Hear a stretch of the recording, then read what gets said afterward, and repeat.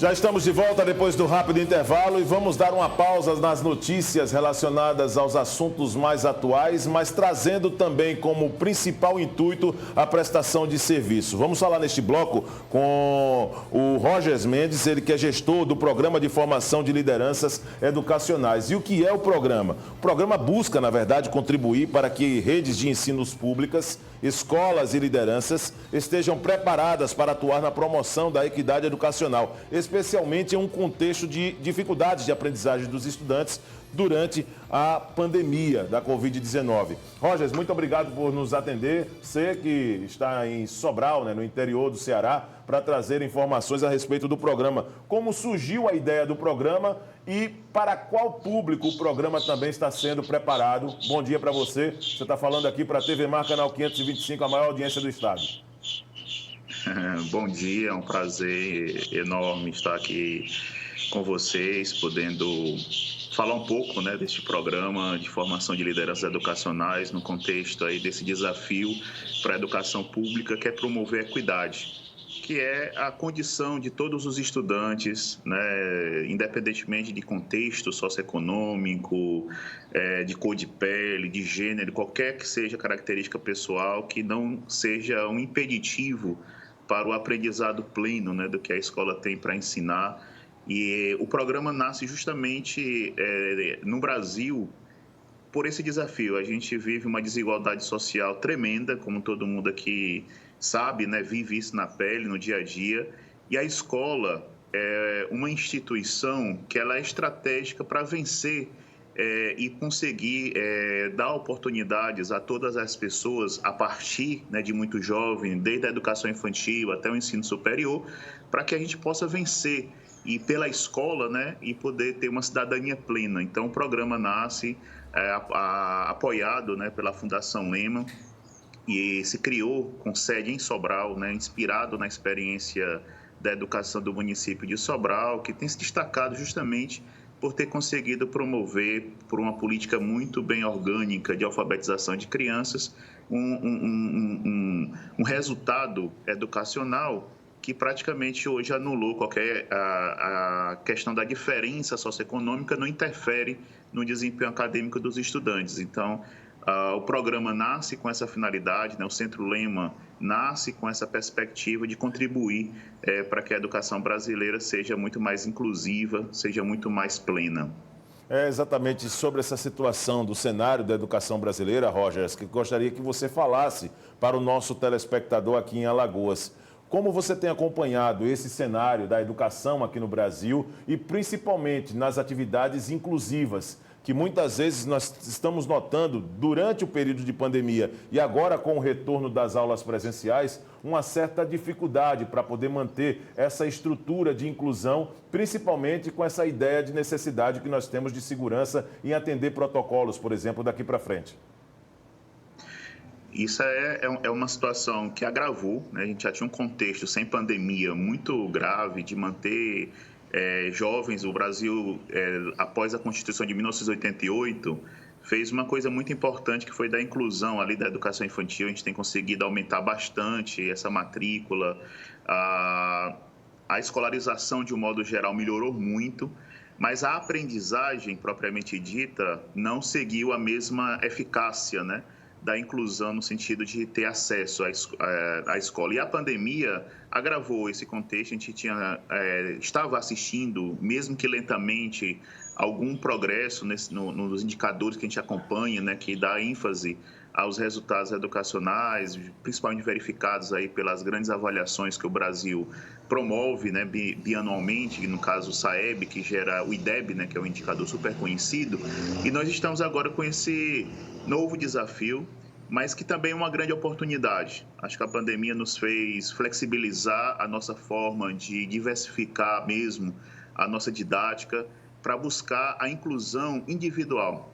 Porque eu acho que a pandemia também nos trouxe de ensinamento a necessidade de, para além de dar aquela aula universal para todo mundo, de ter a sensibilidade de acompanhar o aprendizado individualmente. e esse é um dos princípios do que a gente tenta promover no programa, que é esse olhar, né, que não adianta você garantir que a aula esteja sendo dada, mas é importante que se verifique cotidianamente, individualmente, cada estudante saber se eles estão aprendendo. Eu acho que essa questão da vinculação com a tecnologia, que nos dá muitos recursos, pode ser um fator que a gente fez de forma muito rápida, né? A gente já teve que aprender muito rapidamente no período da pandemia, mas que agora, no pós-pandemia, que a gente já está começando a assistir, isso pode ser um trunfo para uma maior efetividade da inclusão. Então, a gente acredita muito e para falar justamente do programa na formação de liderança, a gente tem uma crença de que esse processo, pela complexidade, precisa de pessoas com essa visão. Então, a gente vai trabalhar muito para que as pessoas tenham altas expectativas sobre o aprendizado de cada pessoa e que ninguém fique para trás. Então, este é um principal princípio, né, que a gente vai tentar trabalhar e construir e contribuir com os educadores brasileiros para a gente ter uma escola realmente mais efetiva. Agora, na logística do programa de formação de lideranças educacionais, Rogers, são divididos em 6 módulos, totalizando 60 horas cada um desses módulos, o que dá no total, por exemplo, durante todo o curso do programa, 360 horas, é isso? É isso mesmo. É um programa que nós fugimos ao máximo daquela concepção acadêmica e teórica. A ideia do programa é ajudar as lideranças em cada rede pública a fazer um bom diagnóstico dos seus problemas e buscarem conjuntamente, que é uma coisa rara no Brasil, permitir com que secretário de educação, os técnicos que trabalham em secretaria de educação e que acompanham as escolas e os próprios diretores escolares a trabalhar de uma forma mais coesa. O que quer dizer isso? Né? Que pactuem princípios de gestão, resultados a serem alcançados, enfim. E o programa trabalha justamente nessa perspectiva de oportunizar essa construção, tanto do diagnóstico como das boas soluções. Então, é um programa muito prático, em que é mão na massa todo instante. Nós vamos trabalhar a equidade como um eixo condutor de toda a discussão, mas a nossa principal finalidade é apoiar redes a criarem uma estrutura administrativa em que as pessoas tenham voz, que consiga identificar os sujeitos que podem contribuir, né, que estão na sociedade em vários setores, a poderem contribuir com a educação. Então, o nosso propósito é justamente criar essa sinergia de gestão, ou seja, o secretário articulado com o chefe do executivo e toda a cadeia, né, toda a rede envolvida nos propósitos mais estratégicos, né, com as finalidades identificadas e pactuadas.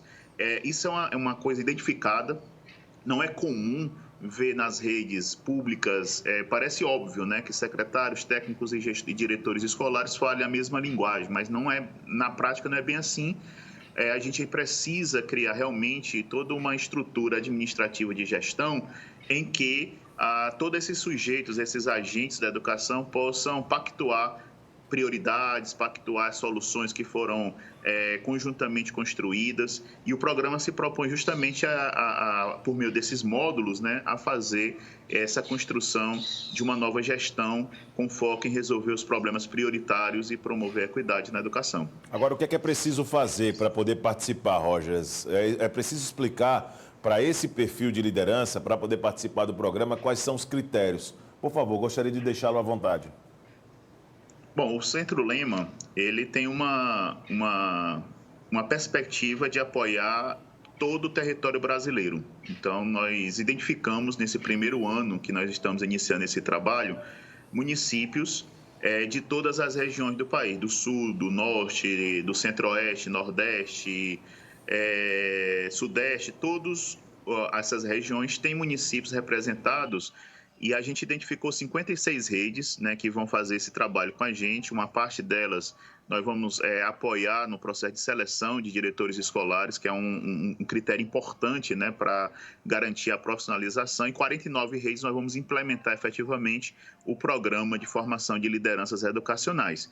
Então, nessa primeira leva, nós fizemos uma identificação de redes, né, que já tinham participado de outros programas ou que participam ainda de alguns programas e que a gente reconheceu também de algumas lideranças o potencial de iniciar com a gente essa história.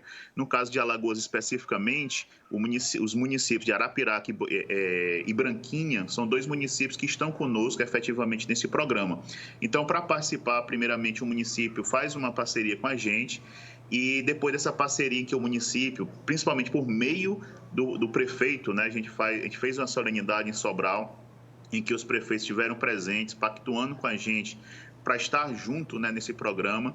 Nós vamos expandir isso a cada ano, a gente tem uma perspectiva de chegar a muitos municípios no Brasil, nosso propósito é muito ousado, mas a gente inicia com esse quantitativo e na perspectiva de ampliar a cada ano. Então, são 2 anos, mas a cada ano a gente vai ter novos municípios ingressando no programa. Então, a gente pode receber a manifestação de interesse de prefeito, de secretário de educação, para a gente construir essa parceria. Então, inicialmente, agora em 2022, a gente inicia com esses 2 municípios aí de Alagoas, somando, né, a outros de todas as regiões do país nesse programa, e aí repetindo, convidando, né, aproveitando aqui a ampla audiência às lideranças, ao secretário, aos técnicos de secretaria que acompanham a escola e aos diretores, que é o nosso, né, que é o nosso público, do municípios de Arapiraca e de Branquinha, para agora em 2022. As inscrições estão abertas, né, para que as lideranças possam se inscrever. A nossa perspectiva é que todos que estão nesses municípios trabalhando nas escolas municipais como diretor e trabalhando na Secretaria da Educação como técnico que acompanha a escola se inscrevam para a gente iniciar esse processo que nós temos muita expectativa de contribuir e fortalecer a gestão da educação brasileira. Muito obrigado, Rogers, pela sua participação, tá certo? Está feito o nosso registro a respeito de um trabalho tão relevante. O Rogers, direto de Sobral, no interior do Ceará, trazendo informações a respeito desse programa que tem um papel, um caráter relevante, que é a qualificação dos profissionais, das lideranças na área educacional, quando estamos vivendo um cenário realmente que é preocupante, esse cenário educacional aqui no Brasil. Obrigado, Rogers. Até a próxima, hein? Bom, nós vamos aqui na sequência do programa trazer mais detalhes a respeito de um protesto que acontece agora na Avenida Leste-Oeste, em um trecho próximo ao viaduto União e Força. É o viaduto que recebe o nome também presente no escudo do CSA, que venceu o CRB no último sábado pelo placar de 1-0. Né? O União e Força, viaduto próximo à Praça da Macaxeira. E o trânsito realmente tem atingido várias outras regiões, e não somente esse local que nós estamos mostrando agora, com essas imagens que já circulam na internet.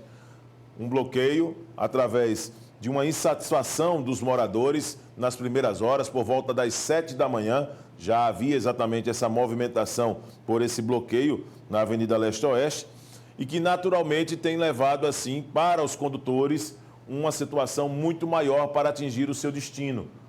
Os moradores do loteamento Santa Casa, que fica no bairro do Jacintinho, realizando esse protesto, estão aí cobrando do município uma obra de contenção de barreira no local. Tem pneus, fogo também na pista. E observe que os carros, até a pracinha da Macaxeira está fechada. Observe ali que o taxista tentou fazer uma manobra para pegar ali o conjunto José da Silva Peixoto e não pôde fazer por conta de pneus colocados exatamente ali na entrada da pracinha da Macaxeira. Então nem isso pode ser feito. Então os condutores estão sendo obrigados a voltar, e aí várias outras regiões, se observa aí no farol, esse é o trânsito antes de você chegar na ladeira da antiga rodoviária, não é? Então, observe como o trânsito é intenso neste exato momento. Há informações que o gerenciamento de crises da Polícia Militar está presente ao local. Observa lá o pneu, né? O condutor ali do táxi tentando pegar o conjunto José da Silva Peixoto. Todos têm que retornar para pegar outro destino. Não dá para você cruzar ali pela ladeira do antigo Bougainville, né? Para ir para a rodoviária de Maceió, nem para quem vem do Farol, para aqui para a região de Mangabeiras.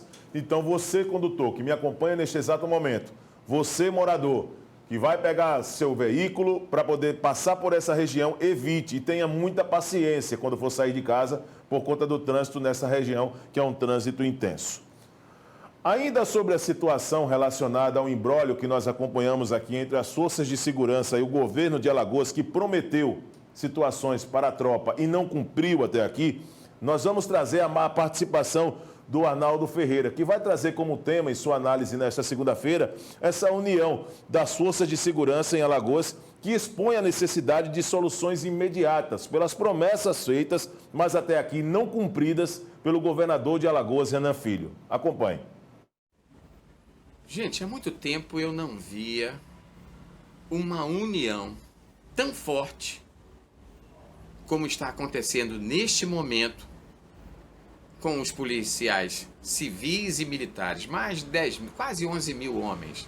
Só 8.600 da Polícia Militar. E a maioria, a última vez que eu vi uma união assim foi no dia 17 de julho, lá de 1997, quando eles se juntaram para cobrar do então governador Divaldo Suruagi, que já faleceu, pagamentos de 9 meses de salários atrasados. Agora, as reivindicações são outras. Compromissos que foram acertados, combinados, mas que nunca saíram do papel.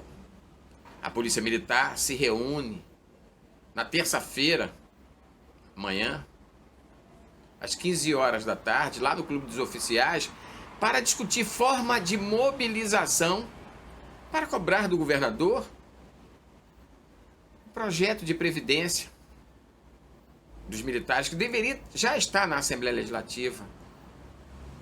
O outro projeto de escalonamento das promoções, entre outros.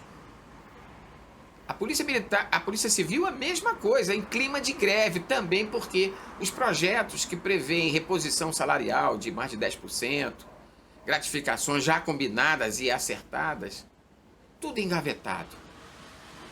O clima é muito ruim, principalmente para o fim de uma gestão, porque tem uma propaganda aí que mostra uma outra realidade. Acho que ainda dá tempo para melhorar as relações, basta cumprir o que está acertado e combinado. Isso vale para os dois lados. Pois é, Arnaldo Ferreira, e amanhã você volta com mais uma participação aqui no programa TV Mar News e sua análise a respeito desse cenário político em Alagoas. E, naturalmente, estamos acompanhando com muita ansiedade e também emitindo nossa opinião aqui a cada programa para você, telespectador da TV Mar, canal 525. A gordofobia tem também sido trabalhada através de uma mudança de comportamento na sociedade. Das pessoas que sofrem, por exemplo, com o olhar muitas vezes do preconceito, das regras impostas pela sociedade. O repórter Fernando Palmeira fala sobre os cuidados e dos deveres também do ser humano em respeitar essas questões de necessidade e cuidados à saúde. Obesidade é sinônimo de doença. Vamos desmistificar tudo isso com uma grande especialista, uma nutricionista, aliás, coordenadora de nutrição aqui da Estácio. E ela vai conversar com a gente agora, Laís Nancy Navarro. Doutora, nos desmistifique isso. Ser magro nem sempre é sinônimo de doença e também ser gordo não significa dizer que está com saúde plena ou com doença também, né? Exatamente. Então, a gente tem um termo que foi criado mais recentemente, né, que é o obeso metabolicamente saudável, que é aquela situação onde o indivíduo, ele apresenta o excesso de gordura corporal, mas ele apresenta as taxas normais, ou seja, a taxa de glicose, a pressão normalizada, a taxa de triglicerídeos e outras gorduras normais. Então, aparentemente, ele só tem esse excesso de gordura, mas as taxas, elas se apresentam com os valores normais. Gordurofobia é um neologismo aí que muita gente fica com medo porque está com um pezinho a mais. E preocupa algum peso a mais? Gordofobia, né, é um termo realmente muito utilizado. O que a gente precisa orientar a essa população é que aproveite esse momento onde está tudo normal para poder se cuidar, para poder ter uma mudança desses hábitos de vida, incluindo ali mudança na alimentação, mudança em relação ao sedentarismo, que é o que muitas vezes acontece, a rotina do próprio sono. Então, precisa aproveitar esse momento como oportuno para que essas mudanças elas venham a acontecer. E a magrofobia? Também do existe? mesmo jeito, né? Então, nem sempre esse sinônimo ele acontece. Ou seja, não quer dizer que uma pessoa é magra, ela está saudável, porque ela pode ter alguma deficiência, por exemplo, de algum nutriente, que é importante para a sua saúde. Então, ela pode estar com a aparência de menos gordura corporal ali, mas ela está com as taxas alteradas, né? Então, a gente pode ter os lipídios, a glicose, a pressão. Então, nem sempre a quantidade de gordura corporal significa que a pessoa está saudável. Muita gente associa o padrão de beleza a estar esbelta, não, está magérrima, magra demais. Deixa até de se alimentar como devia. Como é que se dá isso, hein? Hoje em dia, o que a gente observa muito na população é a procura por alimentos rápidos, prontos para o consumo, que são os fast foods. E esses alimentos, eles são ricos em sódio, em açúcar, em gordura. E muitas vezes faz parte do hábito, principalmente desses indivíduos magros. Então, aparentemente não tem gordura corporal em excesso, mas a alimentação não está adequada para o que deveria. O que é que mais preocupa uma profissional da nutrição quando observa uma taxa exagerada de gordura, de lipídios, também de glicose, a glicemia alta? O que é que se pode imaginar e orientar o paciente? A primeira coisa, né, que a gente orienta é que sempre esse indivíduo ele procure, né, um profissional nutricionista para poder fazer uma avaliação. Então, verifique como é que está a sua alimentação, como é que está a sua rotina em relação aos hábitos diários, para poder modificar. Então, é tudo um processo de hábito, né, de modificação desse hábito. Aos pouquinhos, a gente vai ajustando até chegar no momento adequado. Então, se o indivíduo ele já está com a glicose alterada, a gente precisa modificar a dietoterapia para que consiga ajustar, deixar nos níveis de normalidade. Assim acontece com a pressão, assim acontece com os níveis de triglicerídeos, de colesterol, ou seja, com tudo que a gente quiser alterar e deixar na normalidade. O ideal é que sempre procure o profissional para poder ter essas orientações. Procure organizar a sua alimentação, né? Sempre respeitando os horários, fazendo essa refeição num local bem tranquilo. Precisa ter uma noite de sono adequado, porque o sono também tem essa relação com a qualidade de vida. Procurar fazer uma atividade física, né? Evitando ali sempre o sedentarismo e escolhendo sempre as melhores opções. Então, evitar os fast foods, evitar os alimentos que já estão prontos para consumo, né? Que muitas vezes eles são ricos, né, em aditivos, em gordura, em excesso de sódio e que isso não faz bem. Então, quando a gente faz esse conjunto, a gente consegue ter uma alimentação, né, e uma qualidade de vida melhor. Isso mesmo, melhor qualidade de vida e de saúde. Lembrando que a saúde e a vida começam e entram pela boca. Então, é bom se educar para ter bons hábitos, boa alimentação e, consequentemente, boa saúde. Muito bem, Fernando Palmeira, muito obrigado então mais uma vez pela sua participação. Assim nós vamos encerrando esta edição do programa TV Mar News. Lembrando que neste início de semana nós vamos reforçar, né? Acompanhe a reprise do programa através do portal gazetaweb.com, o mais completo portal de notícias de Alagoas. Também a nossa programação no nosso canal no YouTube. As nossas redes sociais são ferramentas importantíssimas para a sua interação com a produção do programa. Vem aí na sequência mais um campeão de audiência na grade da sua TV Mar. Teremos um novo encontro amanhã a partir de 8h30 da manhã, ao vivo, aqui para abrir exatamente mais um dia de programação da sua emissora genuinamente alagoana e que agora em 2022 completa 20 anos, 2 décadas ao seu lado. Um grande abraço e um ótimo início de semana para você.